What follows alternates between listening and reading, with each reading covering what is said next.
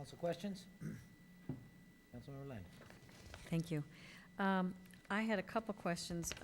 First of all, I saw some discrepancies in terms of how much classroom costs were, 14,450, and then 16,500 someplace, and then 12,200.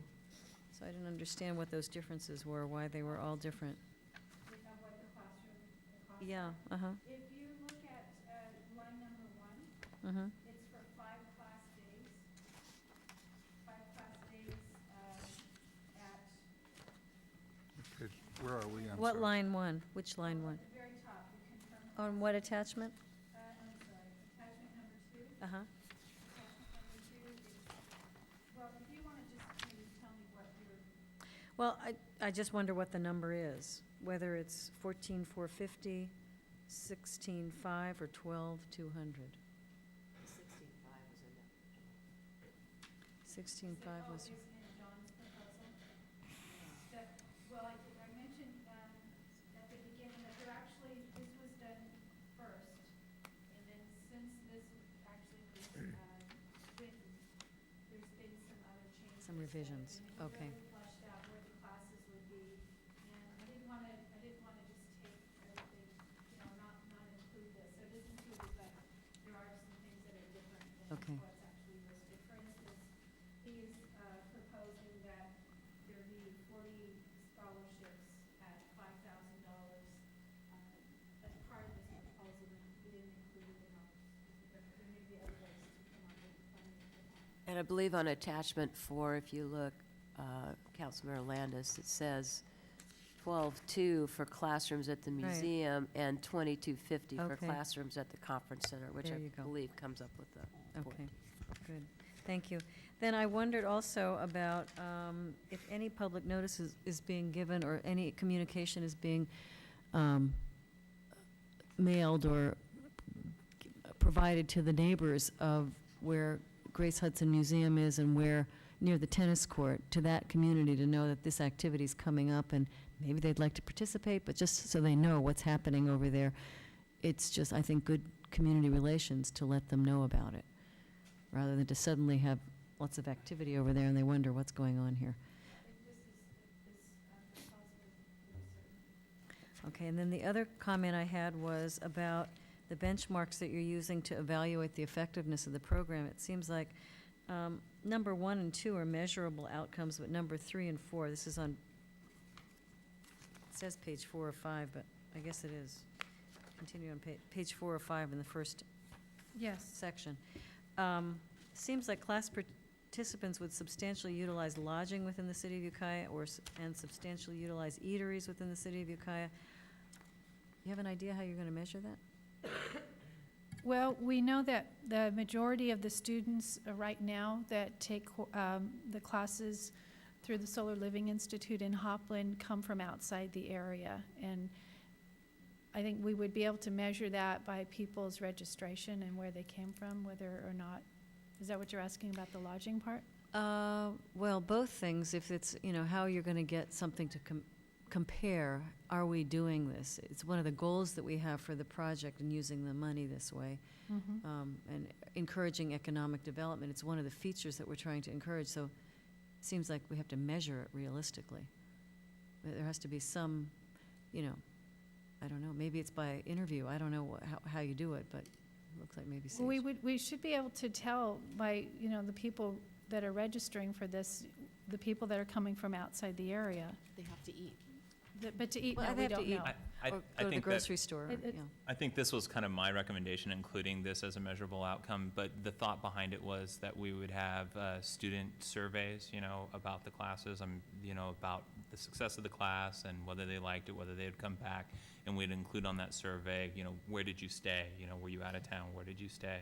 To determine whether or not these students were actually staying in hotels that were in our community. Maybe what percentage of meals did you eat out, and what percentage did you prepare for yourself, or something like that, might give us more information. Of course, they're going to shop for food locally, probably, but not necessarily, so it would be good to break that down, though. It was a student survey format that we were talking about doing it in, so, but I think that's a good comment. Greg. Good, thank you.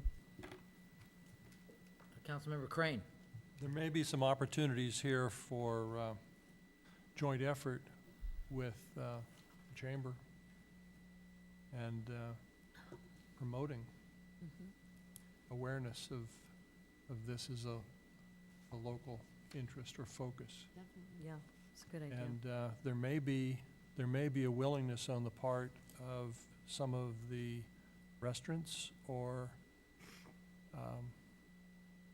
hostelries to provide some sort of small assistance in rates that could be offered that would certainly be trackable. That could be, a lead back to that community or that segment of the community. And I believe that the Solar Living Institute does actually, when they promote their classes, they do work with the local lodging establishments to provide discounts and things like that to make it more attractive for people to come and more affordable.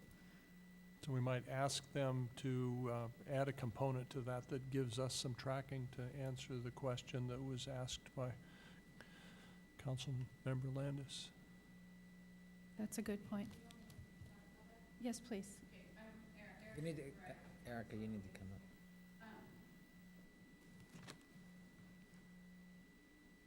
I wasn't actually planning on talking, but we do offer, right now we're working with one hotel, and I'm in the process of of trying to find a couple other hotels in Ukiah to offer a discount for people who come to our classes.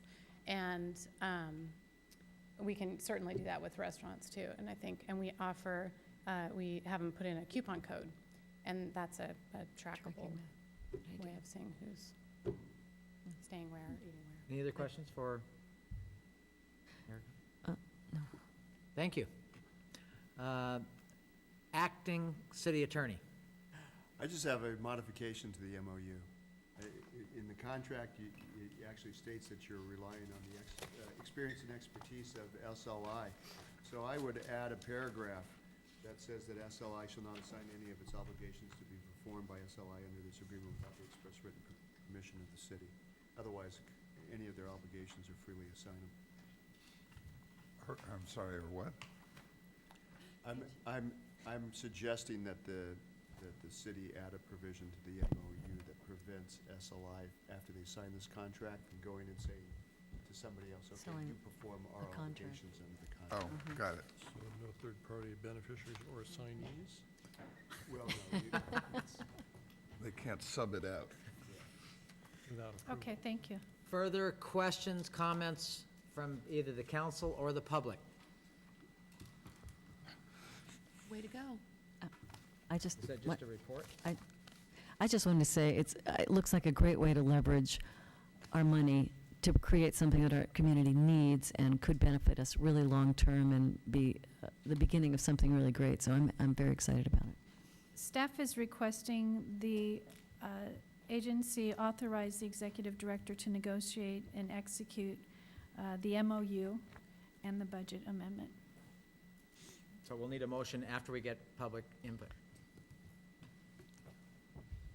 Hi, Orion Walker from the Solar Living Institute as well. Just thought I'd say a few quick words. We've been really excited to be developing this with Kathleen over the last few months. We did a 3-day training program here at the conference center last summer, and it went really well. We had people from all over the country attending professional PV training courses at the conference center, and then lunching in downtown and socializing in the evenings at local restaurants as well. And I think that, I'm sure that if we proceed with this plan, we'll see a whole